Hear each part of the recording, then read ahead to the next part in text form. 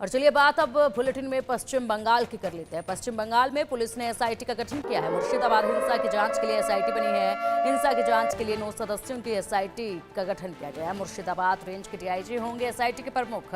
करीब 270 लोगों को गिरफ्तार कर चुकी है पुलिस अब तक।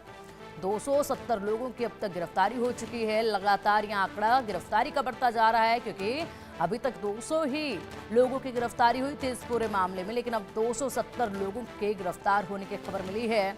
यानी कि आप देखिए किस तरीके से कार्रवाई अभी भी तेजी से जारी है। गिरफ्तारियां अभी और भी होनी बाकी हैं। तस्वीरें आपके सामने हैं। मुर्शिदाबाद जिस तरीके से जला था, यहाँ पर लोग अभी भी वापस अपने घर पर आने के लिए तैयार नहीं है। लोगों ने पलायन किया है। हालांकि उनको समझाया भी जा रहा है कि आप लोग वापस आइए, वापस आकर अपने घरों में रहिए, लेकिन ये लोग घर आने से ही कतरा रहे हैं। उन आशियानों में आने से कतरा रहे हैं जिनको अपने हाथों से बनाया सजाया गया था।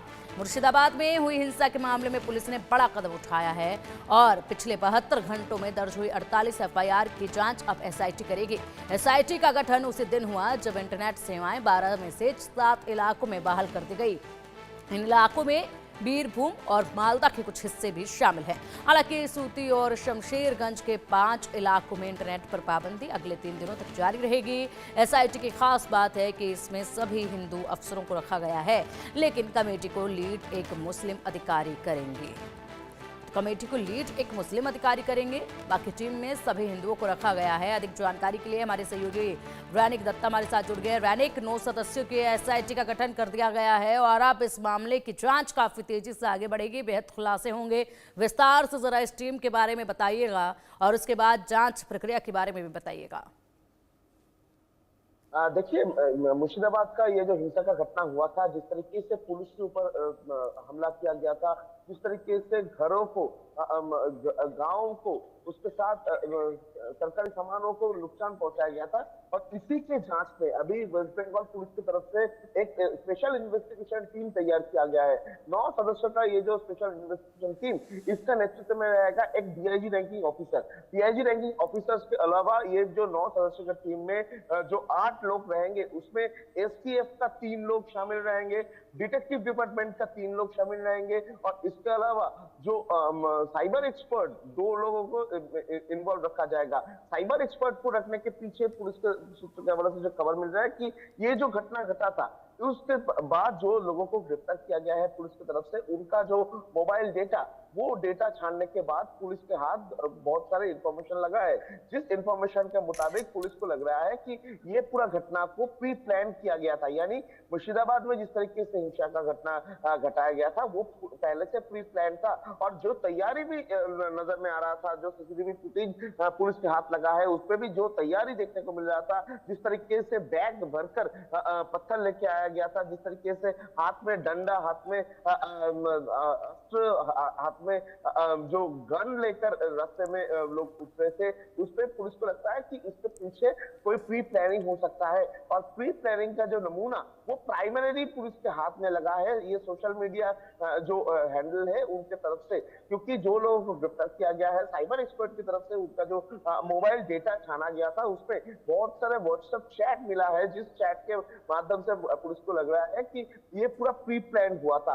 तो ये पूरा घटना के पीछे प्लानिंग किसका था, ये अभी जानने की कोशिश पुलिस की तरफ से किया जा रहा है। और जो एसआईटी तैयार किया गया है, वो एसआईटी में जो एसटीएफ है, एसटीएफ को रखने के पीछे भी पुलिस के सूत्र के हवाले से जो खबर है कि कारण है, क्योंकि ये जो जगह में घटना घटा है, इसका सिर्फ 15 किलोमीटर दूरी में ही इंटरनेशनल बॉर्डर है। जिस इंटरनेशनल बॉर्डर में फेंसिंग नहीं है, और फेंसिंग ना होने की वजह से उस जगह से बहुत सारे इन्फिल्ट्रेशन का घटना भी इसके पहले दायर हुआ था। और पुलिस के सूत्र के हवाले से जो खबर है कि 11 तारीख यानी 11 अप्रैल, जिस दिन इस तरीके का घटना मुर्शिदाबाद में घट रहा था, ठीक उसी दिन मुर्शिदाबाद पुलिस की तरफ से 3 बांग्लादेशी को इलीगल तरीके से मुर्शिदाबाद में रहने के लिए गिरफ्तार किया गया था। तो इसके साथ ये पूरा घटने का कोई कनेक्शन है कि नहीं, बाहर का कोई देशों का कनेक्शन है कि नहीं, ये जानने का कोशिश भी पुलिस की तरफ से किया जा रहा है। बहुत सारे व्हाट्सएप कॉल का ट्रेस मिला है पुलिस को। वो व्हाट्सएप कॉल किस तरीके से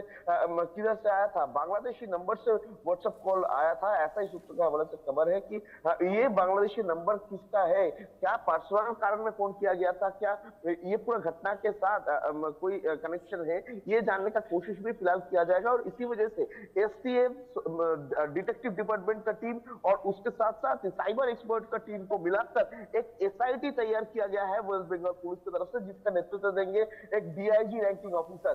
ये पूरा टीम का जो मेन काम होगा कि ये जो 270 के ऊपर लोगों को गिरफ्तार किया गया है, इसके पीछे मास्टरमाइंड कौन था, ये ढूंढ निकालना। क्योंकि ये पूरा घटना के बाद पुलिस की तरफ से 5 लोगों को आइडेंटिफाई किया गया है। जैसे कि सूत्रों के हवाले से खबर मिल रहा है कि 5 से 6 लोग ये पूरा घटना का मास्टरमाइंड हो सकता है।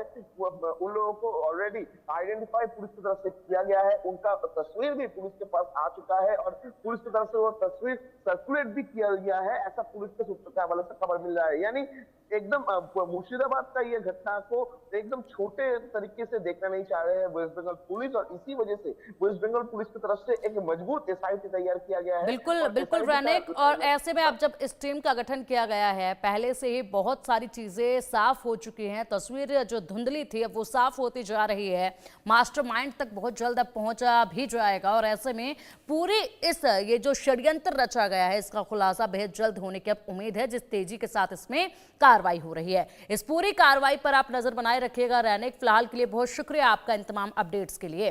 रैनिक हमारे सहयोगी जो कि लगातार ग्राउंड जीरो पर बने हुए हैं, मुर्शिदाबाद की एक एक तस्वीर उन्होंने अपने खुद आंखों से देखी और आप तक भी पहुंचाई है। अब ऐसे में वहीं के हालातों पर देखिए हमारे सहयोगी रैनिक दत्ता की ही एक खास रिपोर्ट। मुर्शिदाबाद में वक्त का विरोध में सिर्फ हिंसा नहीं भड़का था, उसके साथ साथ ही हिंसा का दौरान महिलाओं के ऊपर भी अत्याचार हो रहा था, महिलाओं को धमकाया जा रहा था, महिला के साथ शारीरिक निर्यातन करने का कोशिश भी किया जा रहा था। ऐसा ही अभियोग है धूलियान का रेसिडेंट्स, और इसी वजह से आज नेशनल कमीशन ऑफ वुमेन्स की तरफ से सुओ मोटो कॉग्निजेंट भी लिया गया है। मगर क्या हुआ था उस दिन, उस बारे में पूछेंगे। मैडम, आप लोग तो उधर मौजूद थे, क्या हो रहा था? ওই দিনটা শুক্রবার ছিল, শুক্রবারের দিন ওরা হামলা করেছিল আমাদের বাড়িতে। হামলা করার পর আমাদের গেট ঠেট লাগা ছিল, ঘরে ঢুকতে পারেনি, বাইরে থেকে হামলা করেছিল, আগুন জ্বালার চেষ্টা করেছিল, আগুন জ্বালাতে পারেনি। আমাদের একটা পাশে বাড়িতে ছিল 4টা মেয়ে ছিল, 4টা মেয়ের মধ্যে 2টো মেয়েকে ধরেছিল ওরা, ধরার পর ইজ্জত লওয়ার ইচ্ছা করেছিল, চেষ্টা করেছিল। ওর মা ছিল, ওর মা হাতে পায়ে ধরেছে, প্রচুর কান্না করেছে যে আমার মেয়েকে ছেড়ে দাও, আমার মেয়ের সর্বনাশ করো না। देखिए, इनके तरफ से कहा जा रहा है कि शुक्रवार को जब हिंसा भड़का था उसी टाइम पर घर के ऊपर हमले का घटना घटाया गया था, घर को तोड़फोड़ किया गया था, घर को लूट करने का कोशिश किया गया था। उसके बाद फिर से शनिवार को जब हमले किया गया था उसी टाइम पर इनके बाजू वाले जो घर है उस घर में 4 महिला रहते थे, उसमें से 2 लड़की को बलात्कार करने का कोशिश किया गया था, 2 लड़की का इज्जत जो है वो लूटने का कोशिश किया गया था, उनको अस्त्रों दिखाकर डराकर दूसरा जगह पर जंगल में ले जाकर इज्जत लूटने का कोशिश किया गया था, सम्मान लूटने का कोशिश किया गया था, ऐसा ही उनकी तरफ से कहा जा रहा है। और इनकी तरफ से ये भी कहा जा रहा है कि अगर ना उन लोगों का बात माना जाए तो जान से मारने का धमकी भी दिया जा रहा था, कि प्राणे मारार की हुमकी दिच्छिलो, পেনা মারা হুমকি দিচ্ছিল, বলছে যে তুমি যদি আমার সঙ্গে রাজি না হয়ে যাও তোমাকে জানে মেরে দেব, হাল্লা করবে না। তারপর ওকে কিছু করেছে কি করেনি আমরা তো চোখে দেখিনি।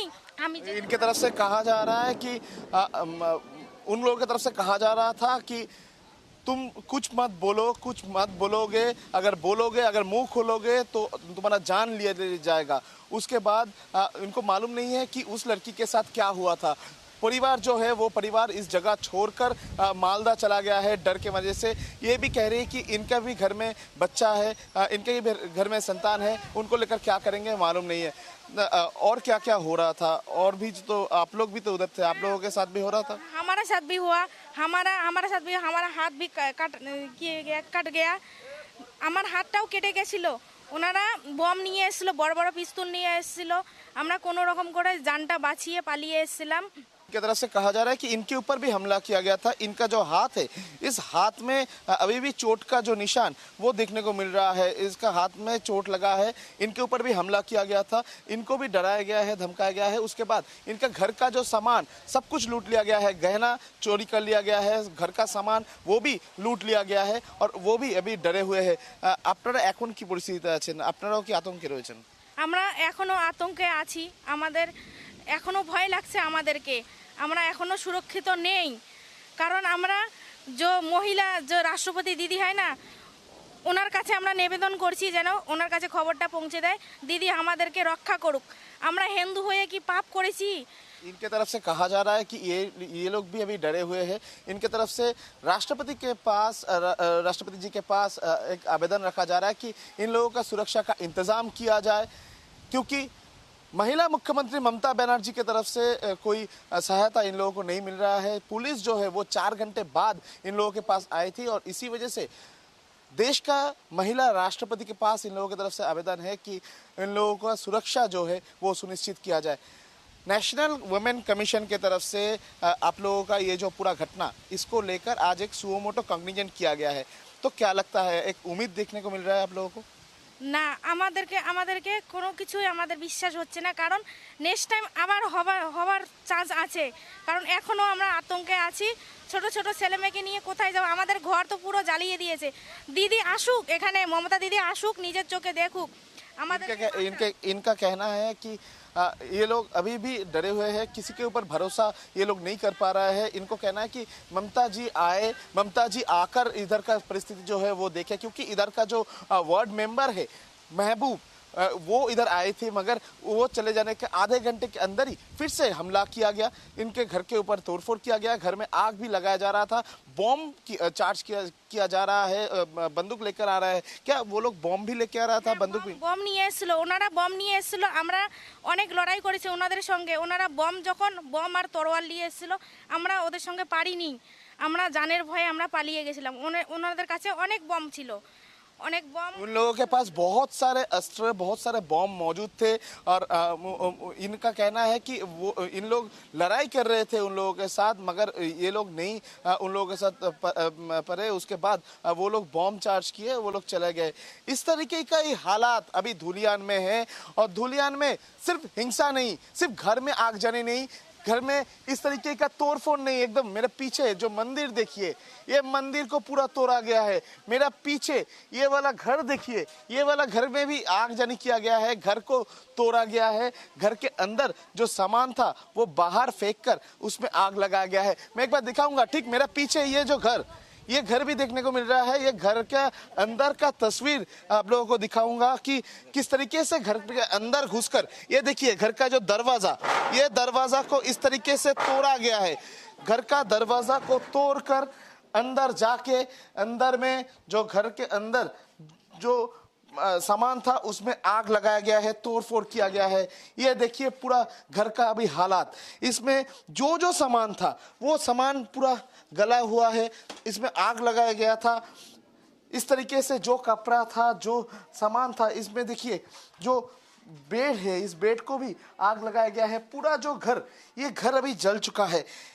यानी मुर्शिदाबाद का हर एक गली में ये इस तरीके का ही जो तस्वीर वो देखने को मिल रहा है। किसी जगह पर महिला के ऊपर अत्याचार हो रहा है, किसी जगह पर घर को तोड़फोड़ किया जा रहा है, लूट मचाया जा रहा है और किसी जगह पर लगातार आगजनी का घटना घटाया जा रहा है। इस तरीके का जो तस्वीर लगातार धुनियान जो एरिया है उस जगह से निकल के सामने आ रहा है। कंप्लेन है पुलिस के ऊपर कि 4 घंटे बाद भी पुलिस आने पर देरी किया। पुलिस 4 घंटे बाद आ पहुंचे, आने के बाद पुलिस के तरफ से कोई एक्शन नहीं लिया गया है। अभी देखना होगा कि नेशनल कमीशन ऑफ वुमेन्स की तरफ से जो सुओ मोटो कॉग्निजेंट लिया गया है, इसके बाद क्या क्या स्टेप लिया जाता है, किस तरीके से ये पूरा घटना का इन्वेस्टिगेशन होता है। अभी फिलहाल पूरा मामले पर 235 के ऊपर गिरफ्तारी हो चुका है। तो अभी पुलिस और जो दूसरा जो एजेंसीज है उनकी तरफ से क्या इन्वेस्टिगेशन होगा, इसके ऊपर ही उम्मीद लगा के बैठे हैं। मुर्शिदाबाद में जिस तरीके का तस्वीर दूसरा जफराबाद बोलकर गांव में दिखाई दिया था, वैसा ही तस्वीर धुलियान का और एक गांव में भी दिखने को मिल रहा है। धुलियान का एक से बढ़कर एक हिंदू गांव, जिस जगह पर सिर्फ हिंदू परिवार रहता है, वो जगह को पूरा तोड़फोड़ कर दिया गया है, आग लगाया गया है, पूरा जो घर वो नष्ट कर दिया गया है। मैं एक बार दिखाऊंगा कि घर के अंदर का तस्वीर। घर के अंदर में घुसकर घर को तोड़ा गया है, घर का जो सामान उसको लूट किया गया है, उसके बाद घर में आग लगाया गया है। पूरा घर जो है वो अभी एकदम शमशान बन चुके हैं, क्योंकि घर का अंदर में सिर्फ ये जो अनाज आग लगाया गया था उसका निशान पड़ा हुआ है। घर के अंदर आग का निशान, तोड़फोड़ का निशान, या तो बोल सकते हैं हिंसा का जो निशान, वो देखने को मिल रहा है। मैं एक बार इधर का जो रेसिडेंट्स है उनके साथ बात करूंगा कि क्या क्या हो रहा था। मैं एक बार जानने का कोशिश भी करूंगा। दादा, কি হচ্ছিল সেদিনকে? ওনারা লাখে লাখে শয়ে শয়ে মানুষ আমাদের উপরে অ্যাটাক করেছিল এবং আমরা যখন প্রোটেস্ট করার প্রচণ্ড চেষ্টা করেছি সকাল থেকেই, পুলিশ প্রশাসনকে বারংবার ফোন করা হয়েছে, কিন্তু ওনার কোনো দেখাই মেলেনি 4-5 ঘন্টা ধরে। এবং সবার বাড়িতে একে একে ঢুকে প্রাণের হুমকি দিয়ে গলায় ধারালো অস্ত্র ধরে থ্রেট দেওয়া হয় যে তোরা আমাকে ইজ্জত দে, প্রাণ দে, আর এবং বাড়ি থেকে বেরিয়ে যায়, নাহলে মেরে ফেলবো। আমাকে টর্চার করা হয়, ছেলেরাকেও টর্চার করা হয়, মেয়েরা। की तरफ से कहा जा रहा है कि पुलिस नहीं आया था, लगातार जो लाखों के ऊपर, हजारों में, लाखों में मॉब आया था, मॉब आके घर के ऊपर हमला किया, जो महिला है उनके ऊपर हमला किया, इन लोगों के ऊपर हमला किया गया, घर को तोड़फोड़ किया गया, घर में लूटपाट मचाया गया, और उसके साथ साथ ही महिलाओं का इज्जत लेने का भी कोशिश किया गया। और जम्मू कश्मीर से इस वक्त की बड़ी खबर सामने आ रही है कि इस बार